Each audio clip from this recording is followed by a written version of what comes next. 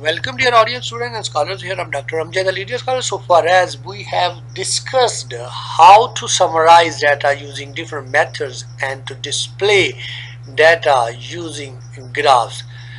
The graphical representation are one important component of statistics. However, it is also important to numerically describe the main characteristics of a data set.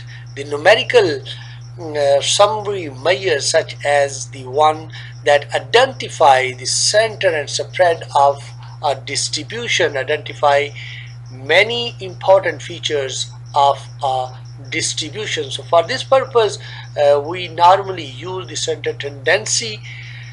So in this particular video we are going to discuss measures of center tendency for ungrouped data. Dear scholars, we often represent a data set by numerical summary measures, usually called typical values. So a numerical summary can give us a central tendency of data. So a measure of central tendency gives the center of a histogram or a frequency distribution curve. There are different measures of central tendency, but most famous are three. First one is mean, median, and mode. However, there are three other measures of center tendency that will be discussed in this video, that is a trimmed mean, weighted mean, and geometric mean. This class we try to learn in this section how to calculate or how to interpret these measures of center tendency for ungrouped data. And we know that the data that give information on each member of a population or a sample individually are called ungrouped data, whereas group data are presented in the form of a frequency distribution table. Okay, let's explain the concept of mean. The mean, also called the arithmetic mean, is the most frequently used measure of center tendency. In this particular part of video, we use word mean as a synonym to average. So for ungrouped data, the mean is obtained by dividing the sum of all values of a number of values in the data set. So for this purpose we use the formula for the mean is equal to sum of all values divided by number of values. Okay, the mean for ungrouped data is obtained by dividing sum of all values by the number of values in the data set. Thus we can write the formula for the mean for population. Mu is equal to sigma or summation x divided by n, and mean for the sample data x bar is equal to summation x over n. So here we make the difference between this n and this n. The uppercase n represent the population case and lowercase n or small letter n represent the sample data. So the mean calculated for the sample data is denoted by x bar, and the mean calculated for the population data is denoted by mu.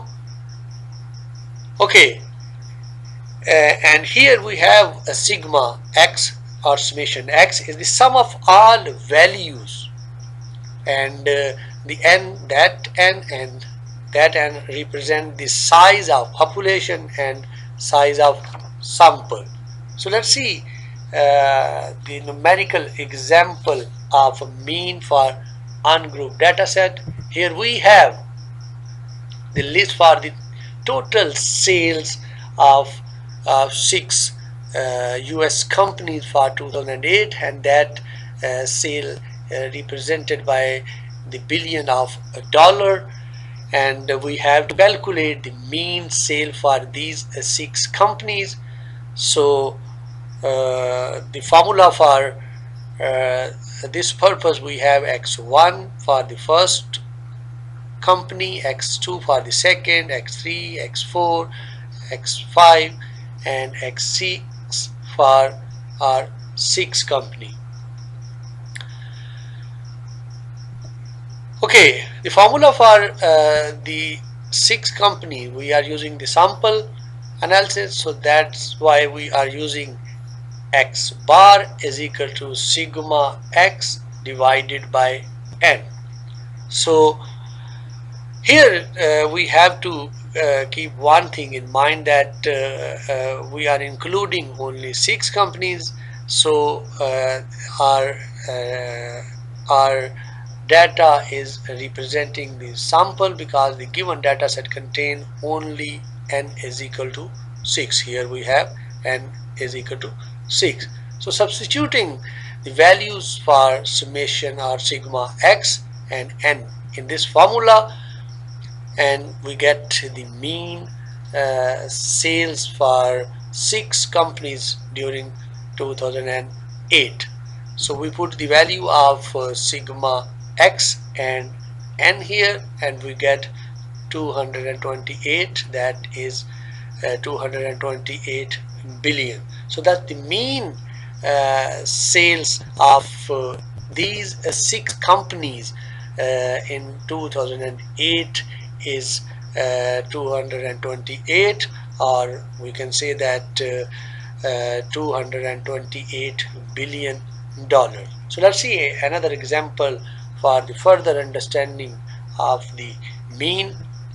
Here we have the data that give us information about the age of all 8 employees of a small company, that is 53, 32, 61, 27, 39, 44, 49, and 57. We have to find the mean of these employees' age. So first we have to make the summation or sigma x. So we add all of these 8 values. We are collecting the age information of all the employees of a small company or a small firm. So that's why we have to use the formula for the population, that is mu is equal to sigma x divided by n. So by putting the values of sigma x and n, we get our answer, that is 45.25 years.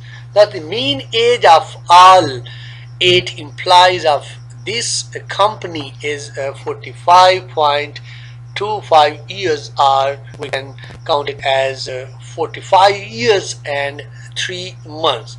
Dear scholars, if we take a sample of 3 employees from this company and calculate the mean age of those 3 employees, this mean will be denoted by x bar. Like suppose that we are taking the mean of 32, 39, and 53. So we divide this average or this sum with 3, and we get the average or mean value is 42.67 years. So this represents that the mean of sample is 42.6 years. If we take the second sample of 3 employees of this company, the mean of this sample is also denoted by x bar. Like we get the second mean, that is x bar is equal to we add other 3 values or other 3 implies ages and divided by 3, and we get 41.33. So for population we can use mu, and for the sample we can use x bar. So Sometime in a real data set, we found that a few very small or very large values, and these large or small values can affect the mean value of that data set, and somehow these smallest or highest extreme values are called the outliers or extreme values, as we have discussed in our dot plots graphical representation as well. So let's see another numerical example for this purpose. If we have the outliers in our data, so here we have the example uh, of six companies which are indulged in philanthropic giving for US, that these companies, here we have the data, and here you can see that the charitable contribution made by Walmart is very large as compared to other companies. Hence, we can consider this company as an outlier. So, inclusion and exclusion of this company or this firm into the mean value, what type of effects we can found on the mean value. So if we do not include the data or the value of this particular organization or this particular corporation, then what is the mean value? So see here, if we cannot include the data of Walmart, we get the mean value. Its mean is sum of all these values and divided by 5, because we are including the 5 organizations for finding the mean value, that is 22.1 million. So you can see that the impact of exclusion of outlier, and if we include the Walmart for the mean value, here we can see that we have the 6 organizations as firm for finding the mean value, and here we have the average value, that is 74.3 million. So that's including the outliers. We have more mean value as compared to exclusion of that outlier. So sometimes outlier give us a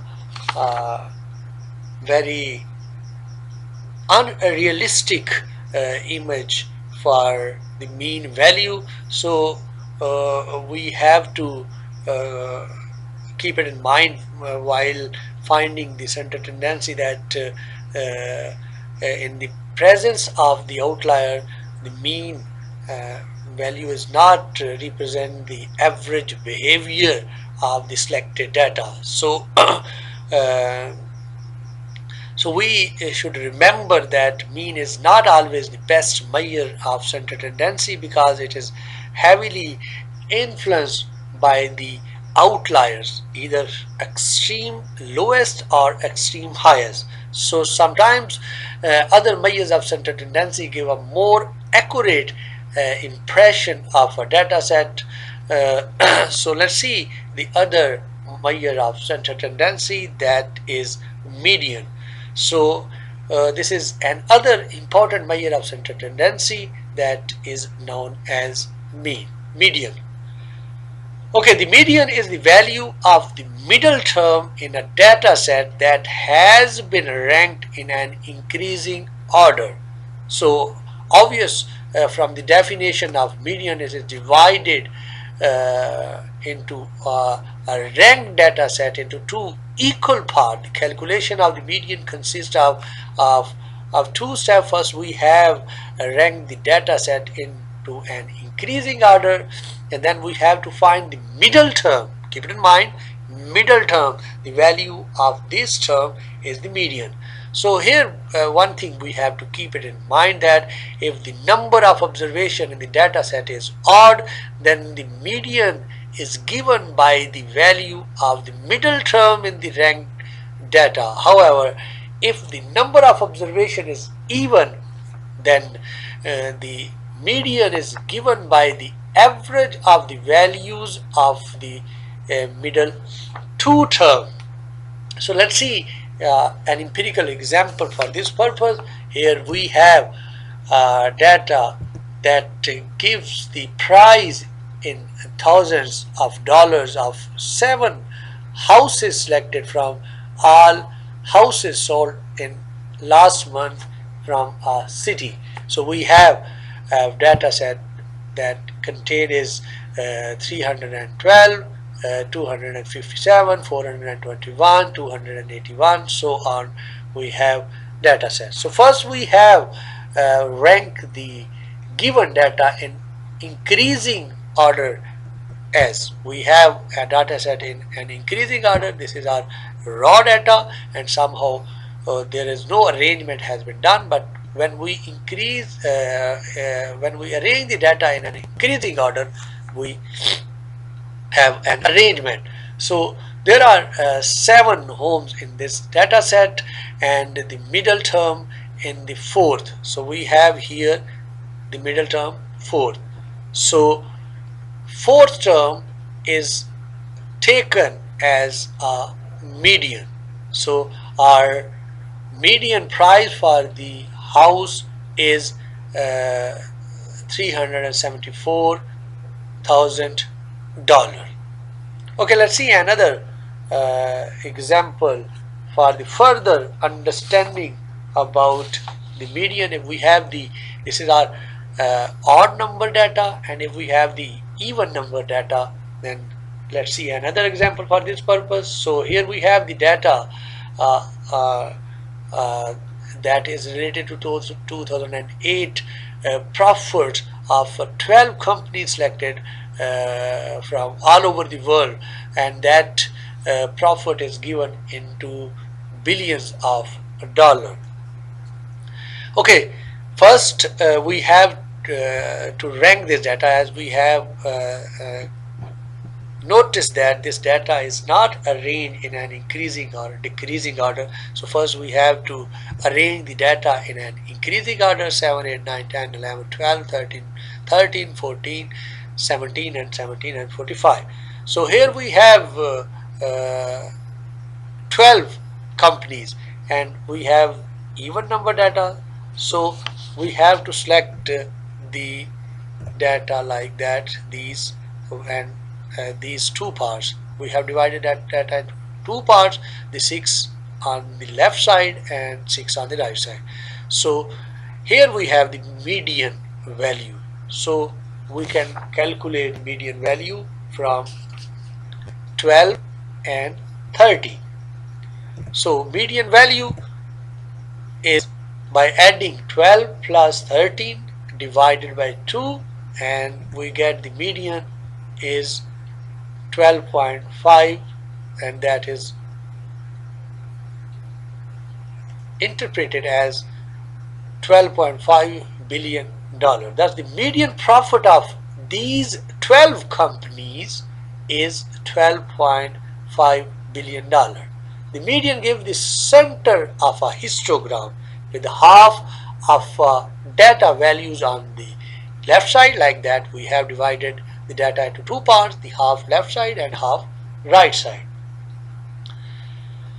The advantage of using the median as compared to the other measures like mean, the center tendency is not influenced by the outlier. Consequently, the advantage of median enable us to prefer median over the mean as a measure of center tendency for the data when we have outliers in the data. So let's discuss the other measure of center tendency, that is mode. This color mode is a French word that means fashion, and item that is most popular or common.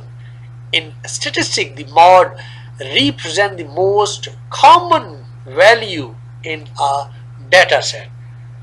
Okay, the definition for the mod is the value that occurs with the highest frequency in a data set. Let's see the numerical example for further understanding about the mod. Here we have the data that is related to the speed of 8 cars that were stopped on 1 to 95 for speeding violation.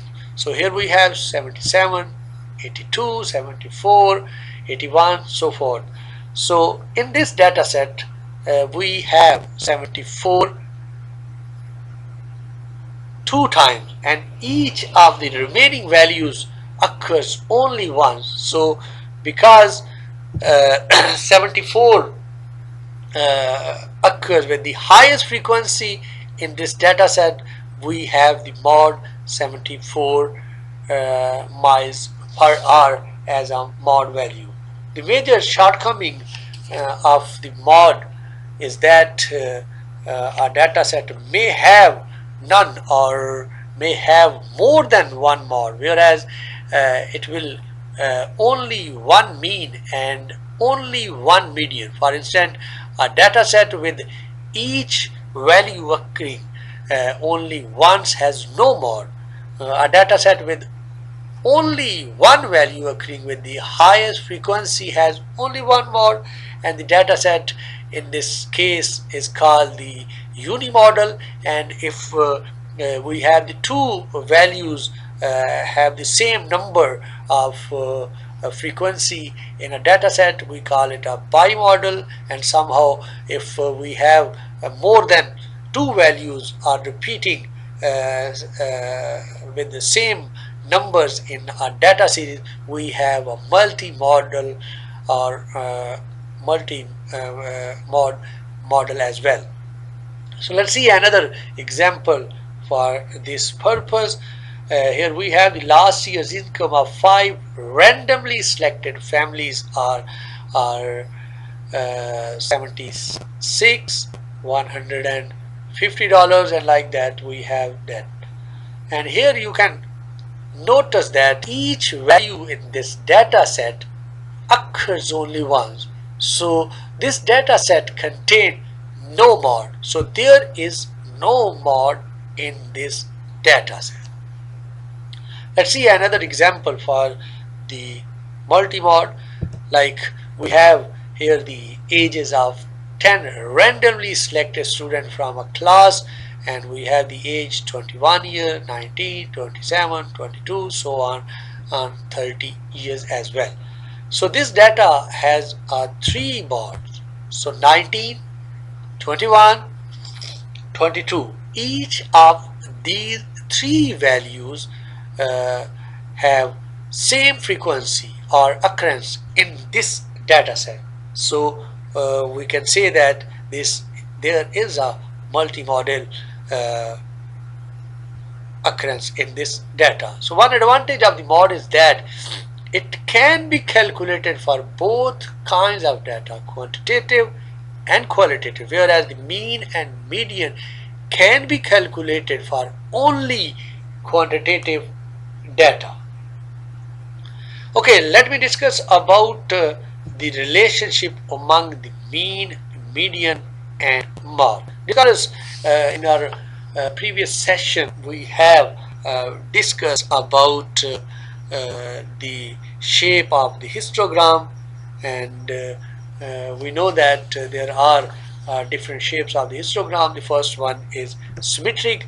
When we have a symmetric histogram and frequency distribution curve with one peak, so here we have the one peak, the value of the mean, median and mod are identical, and they lie at the center on the distribution. But on the other case, for a histogram and a frequency distribution curve, if we have skewed on the right side value of the mean is the largest, that of the mod is the smallest, and the value of the median lies between these two. So keep it in mind that the value of the median normally lies between median and mod, so that's why it it remain uh, it remains silent for the decision making, or we cannot make the decision of skewed or symmetric distribution.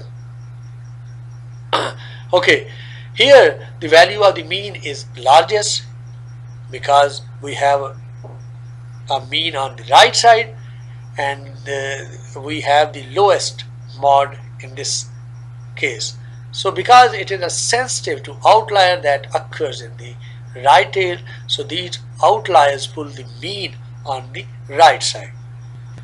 Okay, but on the other case, if the histogram and the frequency distribution curves are skewed to the left, the value of the mean is the smallest and that of the mod is the largest. So the value of the median lying between these two. In this case, the outliers in the left tail pull the mean to the left side. So we have a higher mod and lower mean in this case. Okay, these are different types of relationship between mean, median, and mod. So let's talk about our next measure of center tendency, that is trimmed mean. Okay, dear scholar, the trimmed mean is calculated by dropping a certain percentage of values from each end of a ranked data set.